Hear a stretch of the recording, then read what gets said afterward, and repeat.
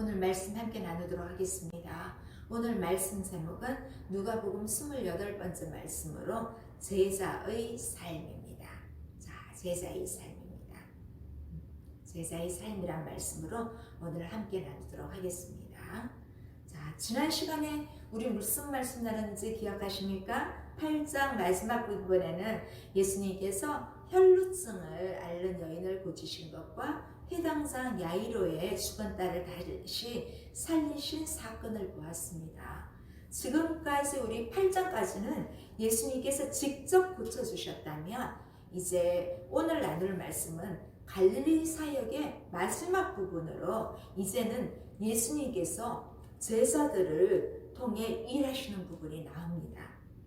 제자들을 준비하시고 가르치신 예수님은 이제부터 본격적으로 제자들과 함께 팀 사역을 시작하십니다.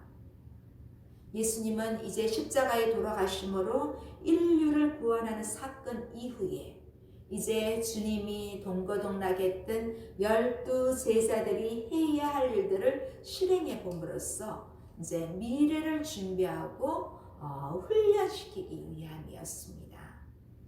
이것은 인류를 구원하시려는 하나님의 계획, 복음, 전도 사역이 제자들을 중심으로 이루어질 것을 예고하는 것이며 또 예수님과 제자들 사이에 진정한 동력이 시작되는 것을 나타내고 있습니다. 그래서 예수님은 제자들을 불러 모으시고 훈련하시고 또 파송하십니다. 하나님 나라를 여러 비유로 가르치시고 또 여러 가지 이적들을 행하신 예수님은 이제는 제자들을 불러 모으시고 능력과 권위를 그들에게 부여해 주시며 또 그들에게 전도 훈련을 시키고 계십니다. 오늘 본문 1절에서 17절까지는 전도자의 자세에 대해서 가르치시는 장면과 또 제자들이 직접 나가서 하는 사역들, 또 그 제자들의 사역의 소식을 들은 분봉한 헤롯의 반응, 그리고 그 이후에 몰려든 무리들에게 많은 사람들에게 오병이어의 기적을 베풀어 주시는 장면으로 이 세 가지 사건이 이어지고 있습니다. 먼저 예수님께서 12 제자에게 복음 전도 사명을 주십니다.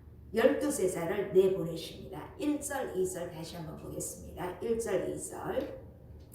예수께서 12 제자를 불러 모으사 모든 귀신을 제어하며 병을 고치는 능력과 권위를 주시고 하나님의 나라를 전파하며 앓는 자를 고치게 하려고 내보내시며. 자, 오늘 여기 2절에 보면 내보내시며 이 말이 있습니다. 이 헬라어로 아포스톨인데요. 이 단어는 우리말로는 사도, 이 풀어서 말하면 보냄을 받은 사람이라는 뜻으로 번역되어 있습니다. 그런데 또 이 단어를 라틴어로 번역한 것이 미시오. 또 이 단어에서 선교, 미션, 선교사, 미셔너리 이런 단어가 나왔습니다. 그래서 우리가 사도 베드로, 사도 요한, 사도 바울 이렇게 부르는 것이 바로 이 본문에서 예수님께서 그들을 선택하여 보내셨기 때문에 우리가 그렇게 부릅니다. 그러면 어디로 보내셨습니까? 6절 보겠습니다. 6절. 제자들이 나가 각 마을에 두루 다니며 곳곳에 복음을 전하며 병을 고치더라. 자, 여기 보면 각 마을에 두루 다니며 곳곳에 이런 말들이 있어요. 이걸 좀 우리 오늘날의 표현을 하면 온 동네 다, 온 도시로 복음이 필요한 전국 방방곡곡 어디에나 곳곳에 두루 다녔다는 그러한 뜻입니다. 예수님께서 제자들을 파송하시며 생명의 복음을 전하는 일에 선교사로 세우시고 또 아픈 병을 고치고 약한 것과 현장의 현실적인 필요를 채우며 하나님의 나라를 전파하고 있는 것입니다. 오늘날 우리 역시 예수님을 믿는 주님을 따르는 예수님의 제자들입니다. 우리 역시 사도라고 할 수 있습니다. 그런데 제자라면 예수님의 부르심을 받아 구원받은 사람들이에요. 그래서 새 생명을 가진 사람입니다. 그런 우리들도 구원의 소식을 전할 책임이 있습니다. 예수님께서는 부활 후 승천하시기 직전에 제자들에게 마지막으로 가장 중요한 지상 명령을 주셨습니다. 마태복음 28장 19절에서 20절 제가 읽어드리겠습니다. 너희는 가서 모든 민족을 제자로 삼아 아버지와 아들과 성령의 이름으로 침례를 베풀고 내가 너희에게 분부한 모든 것을 가르쳐 지키게 하라. 볼지어다 내가 세상 끝날까지 너희와 항상 함께 있으리라 하시니라. 우리는 이 명령에 순종해야 합니다. 그래서 오늘날 많은 사람들이 이 말씀에 순종하여 해외 곳곳에 열방에 복음이 들어가지 않는 곳에 들어갑니다. 우리 역시 복음을 전해주셨기 때문에 우리가 복음을 받았거든요. 제가 아시는 한 분은 브라질 밀림속 가까운 그런 데 가서 다 2019년 12월에 그 답사를 하고 왔거든요. 그래서 아이 셋도 다 함께 가려고 했는데 1월 20일 코로나가 발생했잖아요. 그래서 지금 못 들어가고 있어요. 브라질 선교사 모든 훈련을 다 마치고 있는데 여자 목사님이신데 우리 침례교 목사님이고 저와 함께 침신대에서 인중교육도 받고 했던 분인데 그런 분들도 있습니다. 왜냐하면 우리에게 그런 지상명을 주님은 주셨거든요. 그런데 여러분 꼭 다 우리가 뭐 해외로 그 복음이 없는 곳에 나가라는 것이 아닙니다. 우리는 또 작게 나마 보내는 선교사 역할을 할 수 있거든요. 이미 나가신 분들에게 선교로 후원할 수 있고 이러면 우리도 지상명령에 우리도 순종하게 되는 것입니다. 오늘 첫 번째 1절에 우리가 서두에 읽은 것을 보면 모든 귀신을 제어하며 병을 고치는 능력과 권위를 주셨다고 했습니다. 제자들을 그냥 보낸 것이 아닙니다. 주님의 일을 잘 감당할 수 있는 능력과 권위를 허락하신 것입니다. 그래서 우리도 마찬가지예요. 우리도 참 복음 전하는 게 쉽지 않지만 사실은 주님께서 우리에게 모든 능력과 권위를 주셨는데도 우리가 그 능력과 권위를 다 받지를 못한 거예요. 주님은 주셨는데 우리가 받을 만한 강한 믿음이 없어서 어쩌면 더 전하지 못한 부분이 있습니다. 저에게도 그런 부분이 있습니다. 강하게 주님이 주신 것을 가지고 용기를 내어서 해야 되는데 그래서 지난 금요일은 제가 한 가정에 복음을 전했습니다. 그래서 그 가정이 빨리 회복하고 교회 나가본 적이 거의 없대요. 중국에서 오신 지 17년 돼서 이제 한국 국적도 가지신 가정인데 그래서 그 첫 번째로 5살 아이를 제가 화수목금 저녁에 1시간 반 정도 케어를 해주기로 했습니다. 그래서 그 가정을 전도하려고 복음을 강하게 전했습니다. 저에게 돈을 주시겠대요. 너무 감사해서 선생님한테 아이를 봐주는 것을 드리겠습니다. 아닙니다. 제가 그랬죠. 조건이 있습니다. 일요일, 주일날 일 안 하실 때는 교회로 오십시오. 그게 제 조건입니다. 그랬어요. 아무튼 우리는 주님께서 보낸 파송받은 우리는 사도들입니다. 그러나 우리가 또 주의를 맡아 순종하는 사람들이 가져야 할 자세가 있습니다. 우리가 본 3, 4절입니다. 자, 읽어드릴게요. 이르시되 여행을 위하여 아무것도 가지지 말라. 지팡이나 배낭이나 양식이나 돈이나 두 벌 옷을 가지지 말며 어느 집에 들어가든지 거기서 머물다가 거기서 떠나라. 자, 여행을 위해서는 아무것도 가지지 말라고 합니다. 뭐 진짜 아무것도 가지고 다니지 말라고 하시는 말씀은 아닙니다. 우리가 상식적으로 그건 말이 되지 않죠. 여행을 위해서 따로 뭔가를 더 준비하지 말라는 것입니다. 이미 예수님은 그들을 위해서 어느 정도 여행에 필요한 준비가 다 되어 있기 때문입니다. 그래서 거기에 더해서 뭔가가 더 추가로 가지고 가지 말라는 것입니다. 필요한 것만 가지고 최소한으로 여행하라는 것이 주님의 첫 번째 명령입니다. 먼저 뭘 가져라? 지팡이. 이 지팡이는요, 두 가지 면에서 도움이 되는 여행자의 필수품이에요. 길을 갈 때, 걸을 때 도움이 돼요. 우리 산에 갈 때도 이렇게 지팡이를 들고 가면 여러 가지 다리도 안 아프고 허리도 덜 아프고, 그래서 산행을 전문으로 하는 사람들은 항상 이 지팡이를 갖고 다니거든요. 이 여행자도 마찬가지예요. 걸을 때 도움이 되고, 또 방어 무기, 갑자기 뭐가 동물이 나타났다거나 뭐 나쁜 사람들이 올 때 할 때 탁 할 수 있는 방어로, 방어 무기로도 사용할 수 있어요. 그래서 혹시나 해서 더 가지 말라고 하신 겁니다. 가지고 가지 말라고. 또 뭘 가져라? 배낭.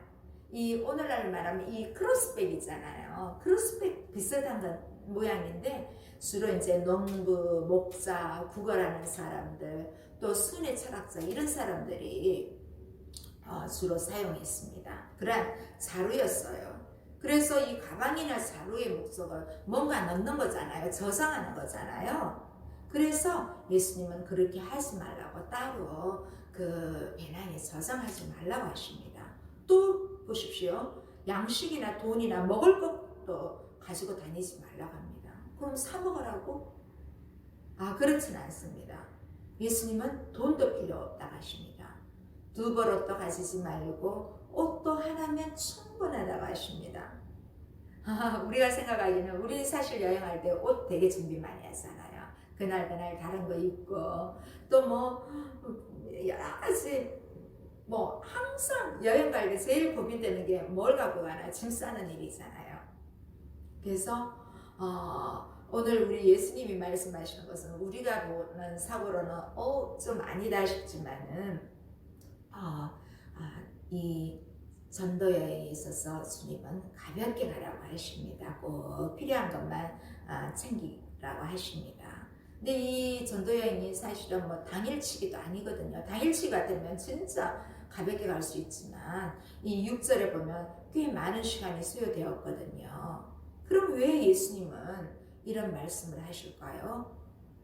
제자들은 필요한 것을 어떻게 구할 수 있을까요? 이 4절에 들어있는 말씀처럼 어느 곳에 가든 그곳에서 그들을 영접하는 사람들을 통해 공급받게 될 것이라고 합니다. 오늘 누가복음에서 누가는 생략했지만 마태복음에서 마태는 정확하게 예수님께서 이는 일꾼이 자기의 먹을 것 받는 것이 마땅하니라 이렇게 말씀하고 있습니다.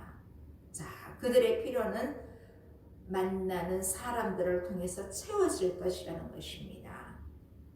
예수님께서 미리 사람을 섭외해 둔 것도 아닙니다. 5절에서 말씀하는 것처럼 복음을 전하다 보면 거절당할 때도 있습니다. 우리도 복음을 전하다가 거절당할 때가 많이 있잖아요. 그냥 하나님께서 필요를 채우실 것을 믿고 가라는 것이 예수님의 명령입니다. 제자들이 가져야 할 태도입니다. 항상 제자들은 전도여행을 하면서도 최소한의 준비물로 복음 전도가 우선순위이기 때문에 다른 곳에 한눈 팔지 말고 오직 복음 전하는 일에만 전념하라는 것이 예수님의 말씀입니다. 자, 하나님께서 우리에게 복음 전도자로 주셨을 때는 검소하게 있는 모습 그대로 겸손하게 섬기라고 그렇게 말씀하십니다. 자, 그리고 영접하지 않는 자들에게는 책임을 제자들에게 있는 것이 아니라 그들에게 물을 것이라고 합니다. 예수님께서 제자들을 보내셔 곳곳에서 복음을 전하고 병을 고치며 주님의 나라를 세워가기 시작하니 이제는 그 영향력이 이 나라 전체에 미치기 시작했습니다. 그래서 하나님은 복음 전하는 자의 필요를 채워주십니다. 전도자는 오직 하나님만 의지하고 전도에 집중하라는 말씀입니다. 저도 이 말씀 준비하면서 스스로 많은 도전을 받으면서 이제는 내 마음에 생각하는 것보다 오직 전도하고자 하는 복음 전도에 대한 열정, 영혼 구령에 대한 열정으로 주님께서 주시는 그 마음을 가지고 복음을 전하고자 이번 말씀을 준비하면서 한 번 더 저에게 주님 용기를 주십시오. 더 담대하게 주님을 증거하게 해주세요. 그렇게 기도하면서 말씀을 보았습니다. 또 오늘 보니까요, 복음 전도자가 유념해야 할 한 가지가 더 있는데요, 미련 없이 떠나야 할 때도 있다는 것입니다. 5절입니다. 누구든지 너희를 영접하지 아니하거든 그 성에서 떠날 때에 너희 발에서 먼지를 떨어버려 그들에게 증거를 삼으라 하시니.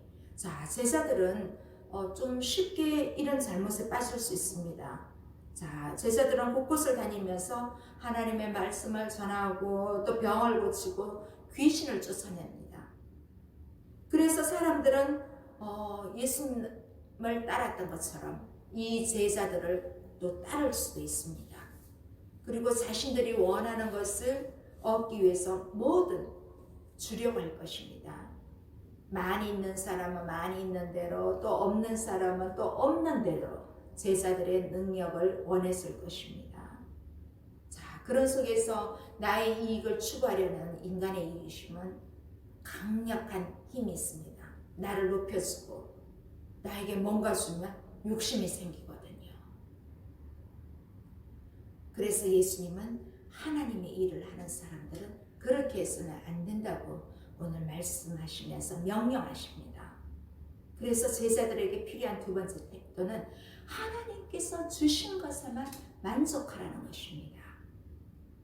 복음을 전하다 보면 영접하는 사람도 있고 또 그렇지 않는 경우도 있습니다. 우리가 요한복음 볼 때도 예수님이 오셔서 영접하는 자, 그 이름을 믿는 자들에게는 하나님의 자녀가 되는 권세를 주셨다 하셨지만 믿지 않는 들이 많다고 그랬거든요. 복음을 우리가 전도를 하다 봐도 어떤 사람은 쉽게 예수님을 믿는 사람이 있지만 어떤 사람은 30년, 40년이 걸리는 사람도 있습니다. 자, 우리가 몇 주 전에 그 씨 뿌리는 자 비유 보았잖아요. 씨 뿌리는 비유가 4가지 땅이 있잖아요. 그 중에 결과를 맺은 30배, 60배, 100배의 결실을 맺은 땅은 좋은 땅, 옥토입니다. 그러면 우리가 뭐 가타부타하고 이 씨 뿌리는 비유에서 확률로 보더라도 4사람에게 복음을 전했다면 1명밖에 주님을 영접하는 사람이 없다고 평균적으로 그렇게 볼 수 있습니다. 그래서 전도자는 복음을 전하면서 낙심하지 말아야 합니다. 왜냐하면 사람들이 복음을 영접하지 않는 것이 예수님을 영접하지 않는 건 아니거든요. 또 전도자를 거절한 것도 아니고 그냥 본인이 복음을 영접하지 않는 거예요. 자신의 어떤 자아와 자신의 신념과 그런 것들이 있기 때문에 쉽게 그렇게 영접하지 않아요. 그래서 예수님의 전도 명령에 순종하여 12제자는 각 마을로 두루두루 다니며 복음을 전하였고 또 주님이 주시는 능력으로 귀신도 내쫓고 병을 고쳐주었습니다. 곳곳에서 이러한 일들이 일어나서 예수님에 대한 소문이 헤롯에게까지 전해지게 됩니다. 헤롯이 듣고 심히 당황하게 됩니다. 7절 보겠습니다. 7절. 분봉왕 헤롯이 이 모든 일을 듣고 심히 당황하니 이는 어떤 사람은 요한이 죽은 자 가운데서 살아났다고도 하며. 자, 이 분봉왕 헤롯에 대해서는 요한복음 때도 말했고요. 또 누가복음 3장할 때도 제가 여러 번 말을 했습니다. 이 분봉왕 헤롯은 그 헤롯 안디바로서 주전 4년에서 주 39년까지 갈릴리와 베레아 지역을 다스렸던 통치자입니다. 이 뒤에 9절에 우리가 읽었던 것처럼 이 헤롯 왕이 침례 요한을 참수했어요. 그래서 제자들이 곳곳에서 예수님의 능력으로 행했던 일들을 갈릴리 지역에는 이제 큰 이슈가 되었습니다. 그런데 그곳의 왕이었던 헤롯의 귀에까지 이 소식이 전해질 만큼 제자들의 활동이 큰 영향력이 있었습니다. 자, 예수님의 사역이 그랬던 것처럼 제자들의 사역도 조용히 진행될 수는 없었습니다. 왜냐하면 제자들의 사역을 통해서 예수님께서 그들에게 권위를 주셨기 때문에 병든 자들이 고침받고 귀신이 쫓겨나고 많은 사람들이 변화되는 모습이 계속적으로 지역 곳곳에 일어나고 있었거든요. 그래서 이런 소식을 들은 헤롯 왕은 당황할 수밖에 없었죠. 혼란스러웠을 것입니다. 어쩌면 헤롯뿐만 아니라 모든 사람들이 그러했을 것입니다.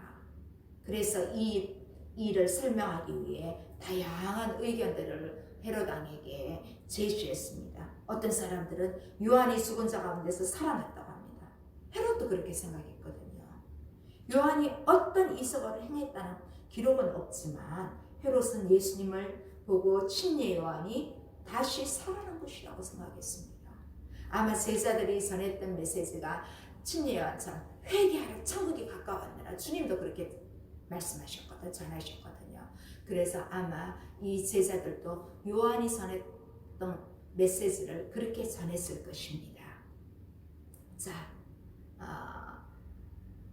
또 어떤 반응이 일어납니까? 어떤 사람들은 8절에 볼게요. 어떤 사람들은 엘리야가 나타났다고도 하며 어떤 사람은 옛 선지자 한 사람이 다시 살아났다고도 합니다. 자, 사람들은 이 놀라운 이적들이 행해지는 것을 보고 기적의 선지자 엘리야냐 혹은 다른 선지자 중 한 사람이 살아나서 하는 일이라고 생각하기까지 했습니다. 처음에는 침례 요한이 다시 살아났다 그렇게 말하고 지금은 엘리야가 나타났다. 옛 선지자 한 사람이 다시 살아났다.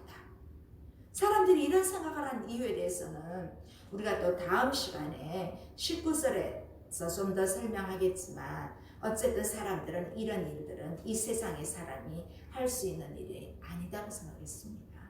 특별한 경험을 가졌거나 특별히 죽은 사람이 부활했어 이런 일을 하는 것이라고 말하고 싶은 것이에요. 자, 9절 다시 보겠습니다. 헤롯이 이르되 요한은 내가 목을 베었거늘 이제 이런 일이 들리니 이 사람이 누군가 하며 그를 보고서 하더니 자, 헤롯은 이 일과 요한이 관련이 있다고 생각했습니다. 이 누가는 자세히 기록하지 않았지만 우리가 요한복음을 볼 때 요한복음에는 헤롯의 부도덕함을 지적했고 그래서 그 지적을 하자 헤롯은 요한을 옥에 가두었다가 참수시켰거든요. 목을 베어서 죽게 했거든요. 자, 헤롯은 분명히 요한을 참수했는데 지금 일어나고 있는 이런 마치 요한이 다시 살아나서 큰 능력으로 같은 일을 하고 있는 것 같이 느껴졌던 것이에요.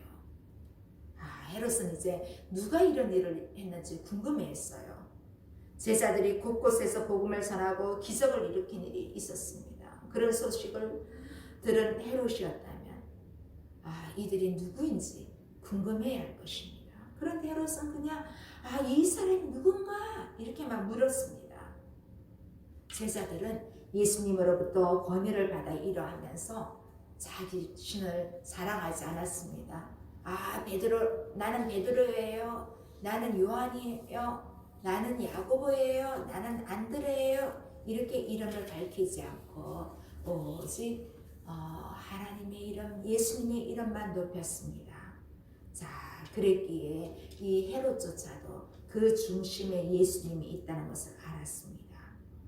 사람들은 제자들이 아닌 예수님께 집중하며 예수님을 영화롭게 한 것입니다. 자, 지금 예수님의 일을 하는 우리도 마찬가지입니다. 아까 이레삼에도 스마트 스토어를 통해서 하나님의 영광 그런 메시지를 남겼죠. 이 일을 통해서 주님이 드러나야 합니다. 하나님을 영화롭게 해야 됩니다. 하나님을 영화롭게 한다는 것은 우리가 실제적이어야 합니다. 내가 하는 일을 통해서 하나님이 어떤 분이신지 올바르게 드러나게 하는 것이 하나님을 영화롭게 하고 하나님께 영광을 돌린다는 말씀입니다. 유명한 연예인들도 대상을 받은 사람들도 당당하게 이 모든 영광을 하나님 아버지께 올려드립니다. 이런 연예인들도 있잖아요. 신실한 연예인들은요. 그것처럼 내가 하는 일을 통하여 내가 잘났어가 아니라 내게 함께하여 주신 그 하나님의 은혜로 말미암아 이렇게 되었습니다. 이 모든 영광을 하나님께 올려드립니다. 이러한 우리의 입술이 되어야 하겠습니다. 자, 왜냐하면 내가 하는 모든 일, 내가 하는 모든 일이 하나님 때문임을 밝히는 것입니다. 자, 사람들이 이 사람이 믿는 하나님은 도대체 누구인가? 이렇게 나를 통해서 나타나야 하는 것입니다. 오늘 12제사를 통해서 예수님이 나타나는 것입니다. 자, 침례 요한을 죽이고 하나님의 경고를 거역했던 헤롯은 궁금한 나머지 이 사람이 누군가 하면서 그를 보고자 하였습니다. 그런데 진심으로 만나려고 찾아가시지는 않았습니다. 결국 이 헤롯은 누가복음 23장에 다시 나타나 예루살렘에서 십자가 재판 사건에서 만나는 비극적인 관계가 되고 맙니다. 만약에 헤롯이 정말 양심의 가책을 느꼈다면, 죄를 깨닫고 우리 예수님을 찾아갔더라면 그에게도 복된 변화가 일어났을 것입니다. 그래서 우리 마찬가지로 찾아온 좋은 기회를 놓치면 절대 안 됩니다. 자, 헤롯은 예수님에 대한 소문을 듣고 요한을 떠올린 것이죠. 그 당시 영향력 있었던 요한을 제거했지만 사람들은 또다시 제자들에게 이목을 끌고 있습니다. 자, 당시 요한이 헤롯에 의해 죽임을 당하사 많은 사람들이 절망 속에 방황했습니다. 예수님도 너무 마음이 아팠을 거예요. 함께 동역했던 침례 요한의 참수 소식에. 그러던 중에 유리하는 양들처럼 방황하며 예수님께 나오는 사람들을 불쌍히 여겨주시고 그들을 고쳐주시고 말씀으로 가르치셨습니다. 이제는 또 제자들에게 그 권위를 주어서 파송하여서 똑같은 역사가 일어난 것입니다. 이제 이어서 예수님은 오병이의 기적을 베풀어 주십니다. 오늘 10절부터 나오는 오병이의 사건은 마태, 마가, 누가, 요한 사복음서에 유일하게 모두 나오는 기적 사건입니다. 10절에서 11절 보겠습니다. 사도들이 돌아와 자기들이 행한 모든 것을 예수께 여쭈니 데리시고 따로 벳세다라는 고을로 떠나가셨으나 무리가 알고 따라왔거늘 예수께서 그들을 영접하사 하나님 나라의 일을 이야기하시며 병 고칠 자들은 고치시더라. 자, 예수님은 사역을 마치고 돌아온 12제자를 데리시고 따로 벳세다라는 마을로 가셨는데 이제는 좀 쉬어야 하는데 역시 또 수많은 무리가 예수님을 따라왔습니다. 어쩌면 고단한 사역 일정으로 좀 쉼이 필요했던 예수님이시지만 우리 주님은 그들을 돌려보내지 않으시고 영접해 주셨어요. 예수님은 그들에게 복음을 전하시며 병 고칠 자들은 또 병을 고쳐주셨습니다. 이어서 12절 13절 볼게요. 날이 저물어가며 12사도가 나와 여짜오되 무리를 보내어 두루 마을과 촌으로 가서 유하며 먹을 것을 얻게 하소서. 우리가 있는 여기는 빈들이니이다. 예수께서 이르시되 너희가 먹을 것을 주라 하시니 여짜오되 우리에게 떡 5개와 물고기 2마리밖에 없으니 이 모든 사람을 위하여 먹을 것을 사지 아니하고서는 할 수 없나이다 하니. 자, 이제 무리들이 와서 말씀도 듣고 병 고침도 받고 그러는 사이에 날이 저물었습니다. 이제 12사도는 예수님께 현재 당면한 문제를 방안을 제시합니다. 이제 곧 무리들을 여러 마을로 보내어 먹을 것을 얻게 하자는 것이 제자들의 취지입니다. 그러나 예수님은 제자들에게 말씀하십니다. 예수님을 따르며 열심히 섬기는 사람에게는 하나님께서 특별히 보호하시고 준비하시며 먹여주신다는 것을 오늘 오병이어 기적을 통해서 오늘을 사는 우리에게도 확인시켜 주십니다.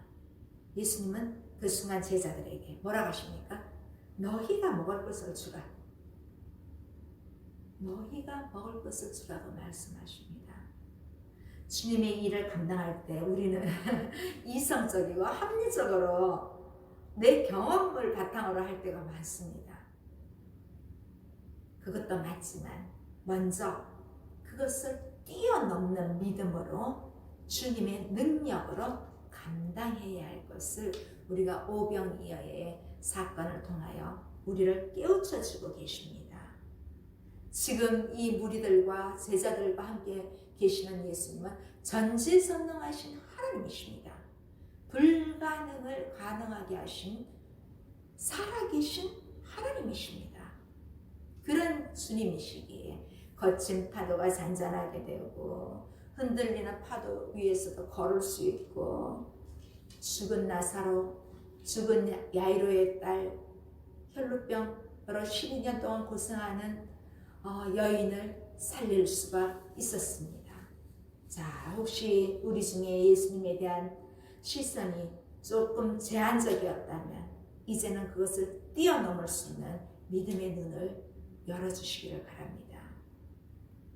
내 삶에도 주님이 함께 하신다면 정말 내 영혼이 절망 속에서도 소망을 찾을 수 있고 슬픔에 눌린 고통 가운데서도 일어날 수 있는 힘을 가질 수 있고 정말 불가능한 상황 속에서도 가능하게 하시는 주님의 기적을 우리는 오늘날에도 경험할 수 있습니다. 그리고 주님 말씀하시죠. 너희가 먹을 것을 주라. 이렇게 말씀하신 주님의 말씀처럼 우리가 가진 영적 생명을 누군가에게 나누며 또 복음과 함께 육신의 필요까지도 함께 나눌 수 있는 우리가 되면 좋겠습니다. 우리가 영적으로 복음을 전하고 또 우리에게 좀 육신적으로 여러 가지 필요한 것이 나에게 많이 있다면 하나 정도 더 나누어 줄 수 있는 그러한 믿음의 여유로움이 우리에게 있었으면 참 좋겠습니다. 그래서 예수님은 너희가 먹을 것을 주라 그렇게 말씀하십니다. 정말 보잘것없는 것일지라도 예수님은 이것으로 큰 기적을 일으키십니다. 14, 15절 보겠습니다.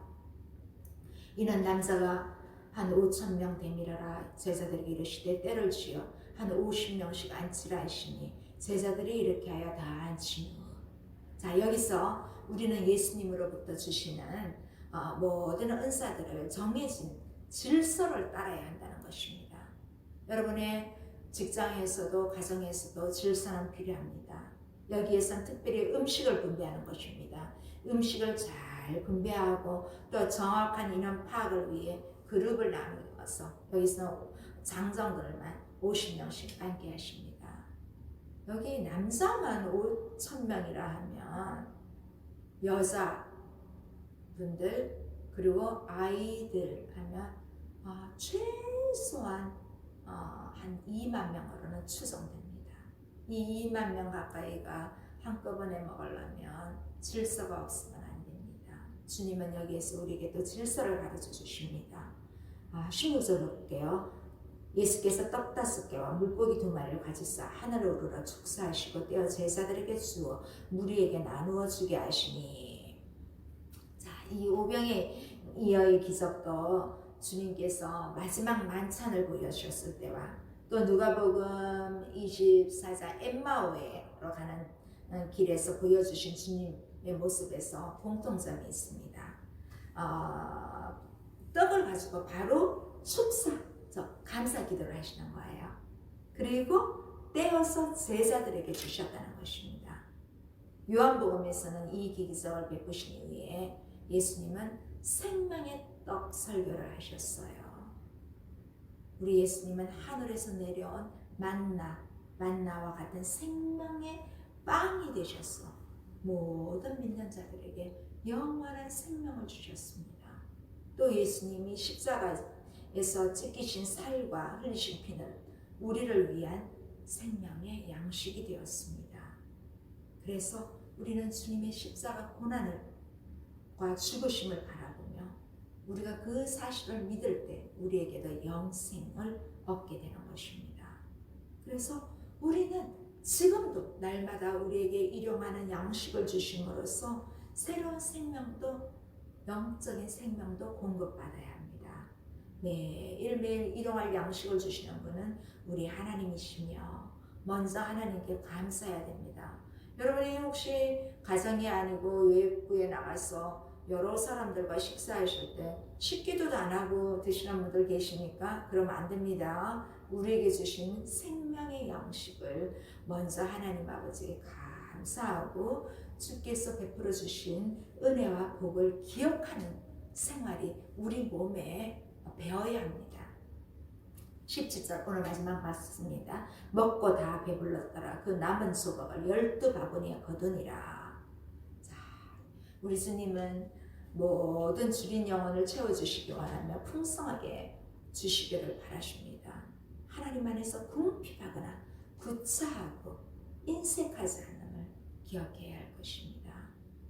많은 무리가 빵과 물고기를 배부르게 먹고 남았습니다. 그냥 허기만 칠 정도가 아니라 배불리 먹었습니다. 그리고 배불리 먹고 끝낸 것이 아니라 남았습니다. 12강술이 제자들, 수고한 제자들에게 한 광주리씩 다 들고 오게 하였습니다. 자, 하나님은 우리의 필요를 채워주시되 차고 넘치도록 채워주십니다. 여러분, 나누어 주십시오. 차고 넘치도록 채워주시는 우리 예수님의 능력이 우리 사업처와 우리 가정에 임하기를 바랍니다. 자, 주님은 버리는 것이 없게라 하라고 하십니다. 그래서 여러분, 우리 삶의 절약정신도 가져야 합니다. 우리가 아껴 쓰고 또 버리는 일이 없도록 여러분의 가정에서, 직장에서, 우리 교회 안에서 잘 실천되기를 바랍니다. 우리 이번 한 주 동안도 주님의 가르침과 본을 따라서 복음을 전하며 우리가 있는 곳에서 하나님의 나라를 세우는 삶이 되기를 간절히 소망합니다. 말씀이신 예수님이 우리의 최고의 자원입니다. 우리의 필요를 채우고도 남게 하시는 분입니다. 저 역시 여기 와서 정말 없습니다. 그러나 늘 주님께서 필요할 때마다 어떤 모양으로든 공급해 주십니다. 우리에게 필요한 것은 예수님의 능력을 믿고 온전히 그 주님을 신뢰하는 것입니다. 그러면 코로나와 함께 이 정말 광야 같은 빈들과 같은 우리의 인생길일지라도 우리의 상황일지라도 풍성하게 채우시는 하나님의 공급을 경험하게 될 것입니다. 우리 삶의 자리에서도 여러분의 직장에서 우리 교회 사역 가운데서 오병이어의 기적은 계속될 것입니다. 할렐루야. 아멘. 기도하시겠습니다. 살아계신 하나님 아버지 감사합니다. 부족한 우리를 세우셔서 주님의 제자로 삼아주시니 감사합니다. 언제나 욕심 부리지 않고 겸손한 마음으로 다른 사람을 섬기는 종의 자세로 신실한 제자의 삶을 저희가 살아갈 수 있도록 성령 하나님께서 도와주시옵소서. 헤롯처럼 기회를 놓치지 않도록 하시고 언제나 풍성하게 남도록 하시는 오병이어를 보면서 우리 직장과 가정과 우리 교회에 나타나기를 간절히 소원하며 예수님의 이름으로 기도드립니다. 아멘.